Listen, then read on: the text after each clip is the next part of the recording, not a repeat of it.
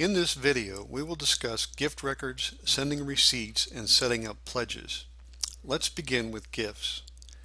Gift records can be added to your data in one of two ways. First, through the web pages. The process for creating those pages is covered in a separate video. The second is through the donor record, and we'll cover that here. Gift records can be added manually through the donor's record. They can be credit card, ACH or EFT gifts, or checks and cash. To add a new gift, click the Donors tab at the top of the page and select the donor. I'll click Edit to edit one that's already here. At the top of the gift history section, we'll click on Add a new gift to create that gift. First, enter the amount. And I'll just put in a 50 here. Next, choose the type of gift, credit card, ACH, or cash or check.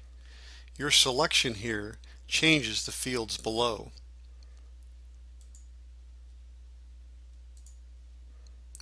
Fill in the payment information that is appropriate for this type of gift. If you're selecting credit card or ACH, you must click the button to validate the credit card or bank account. And this simply runs the information through the system to verify that it's valid. Now select a letter.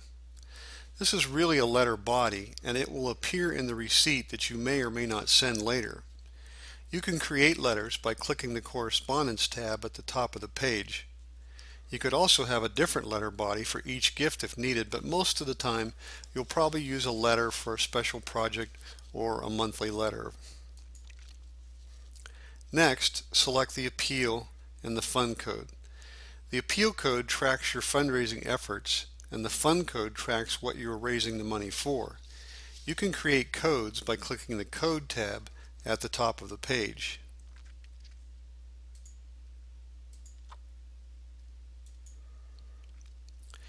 You can apply this gift to a pledge if appropriate in the pledge field. A pledge is a commitment to an ongoing donation that has been set up by the donor either through the website or manually by you. If the donor has a pledge, you'll see it in the drop-down field here and can select it to apply this gift toward the pledge. You can also apply this gift as a tribute, in memory of or in honor of. Select the type and enter the name of the person or pet below. Finally, click Save to finish the process. The credit card or ACH will now run at this point. If you choose to send a receipt for this gift to the donor, you can do that at the top of the gift record. So let me open that again.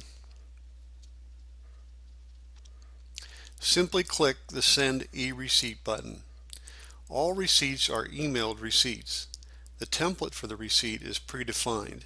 At this point, the program will grab the letter body you have selected and plug it into the template and email the receipt. Now let's discuss pledges. As mentioned earlier, a pledge is an ongoing commitment and can be set up by the donor through the web page, but you can add a pledge manually as well. Again, we need to find the donor, so I'll click the Donors tab, and I'm going to select that same donor here and choose Edit. And now I'll slide down to the Pledges section, and I can click Add New or Add Pledge to add a new pledge. I'm just going to go ahead and edit the one that's here. First, you'll enter a description. This is for you and tells you what this pledge is about. If the donor has more than one pledge, this field is helpful because it lets you know at a glance which pledge is which. Enter an appeal and a fund code. When a gift is created from this pledge, the program will use these in the gift record.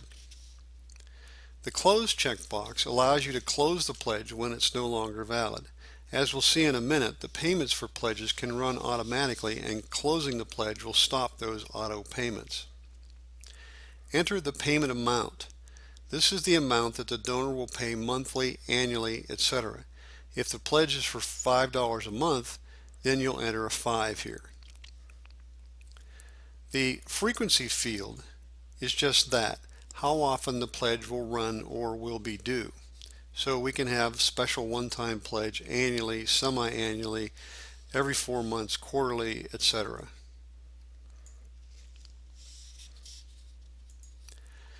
The start date is the beginning of the pledge. If the donor has set up the pledge through the website, the start date will be the day that they actually set up the pledge, but you can change it to make it whatever you'd like.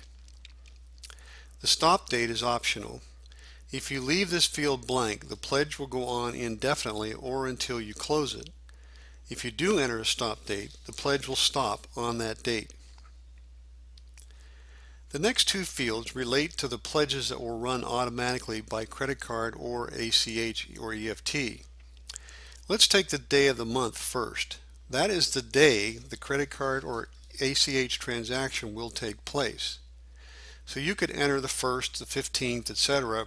Choose basically any day that you want of that month. The next transaction date is the actual date for the next transaction. You can control when the transaction will run. For example, if a donor were to call and request that you skip a month, you could move the transaction date ahead by 1 month.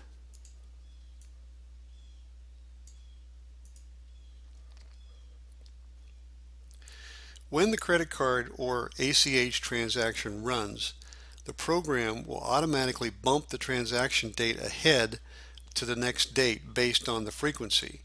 If it's a monthly pledge, it will move ahead 1 month. If it's an annual pledge, it'll move it ahead by 1 year, etc. Automatic payments of pledges can be made by credit card or ACH. Check the box here, either pay by ACH or EFT as appropriate. And then click the button to either add the bank account or the ACH information. Finally, set the status for the pledge. Live means that this pledge will run on the next transaction date, but you can change this setting if needed. For example, if a donor calls to ask you to temporarily stop the pledge, you could put it on hold and the program will suspend the transaction until you return it again to live. Now, click Submit to complete the pledge setup. The transaction will run as scheduled and the program will create a gift record for each donor.